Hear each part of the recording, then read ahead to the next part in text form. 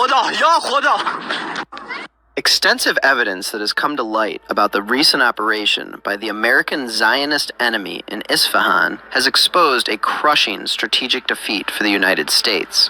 U.S. President Donald Trump's frantic threats in the past few days to target Iran's civilian infrastructure, including power plants and bridges, are a direct consequence of the heavy defeat suffered by the U.S. forces in the Isfahan operation. The failed raid was carried out after the enemy conducted extensive aerial reconnaissance operations in the days leading up to the attack, according to the exclusive information. During those initial infiltration and reconnaissance missions, the U.S. and possibly the Zionist regime lost a significant number of aircraft, including at least one A-10 Thunderbolt II and two Black Hawk helicopters. The information obtained by Press TV reveals that 0 hour for the failed Isfahan operation was set during a secret meeting at the White House under the direct supervision of the U.S. President himself.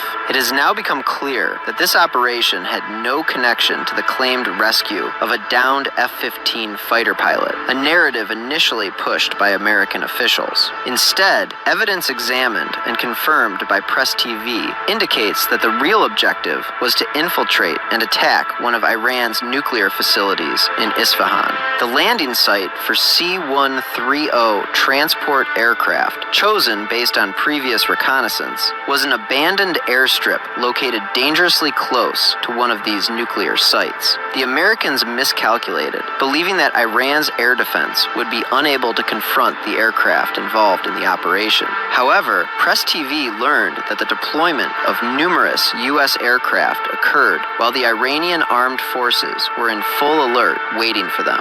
In fact, American special forces fell directly into a trap set by Iranian forces. The Iranian armed forces, including the army, law enforcement, Faraja, the Islamic Revolution Guards Corps, IRGC, and local popular forces, initially did not show a serious reaction to the landing of the first C-130, which was carrying dozens of Special Forces commandos. Evidence shows this aircraft veered somewhat off the runway while landing at the abandoned dirt airstrip. Minutes later, a second C-130 aircraft approached, carrying specialized vehicles, several MH-6 Little Bird helicopters, and other support equipment. At that moment, Iranian forces on the scene targeted the second aircraft before it could land, turning its normal landing into an emergency one. Two Black Hawk helicopters also arrived shortly after. It was at this moment that the aircraft, helicopters, and commandos who had disembarked from the first plane became perfect targets for the Iranian armed forces.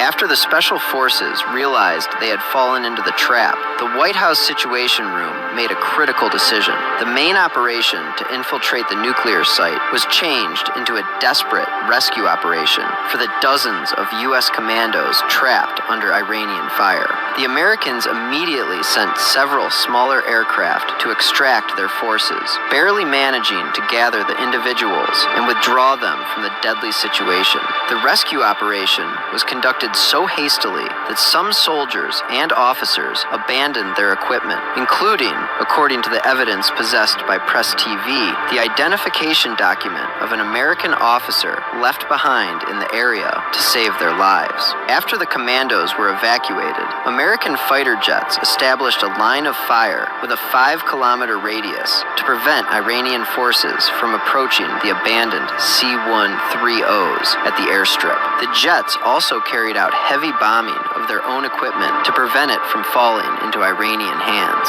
In this failed operation, U.S. Special Forces did not even have the chance to fly the special Little Bird helicopters.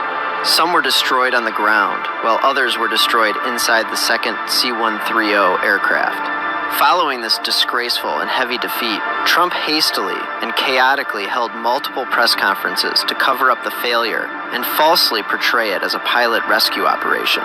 The information obtained by Press TV notes that the heavy aftershocks of this great debacle for Trump will affect not only the fate of the ongoing war against the Islamic Republic of Iran, but also the political future of America's gambling and ignorant president, his Republican Party, and the American political scene for years to come.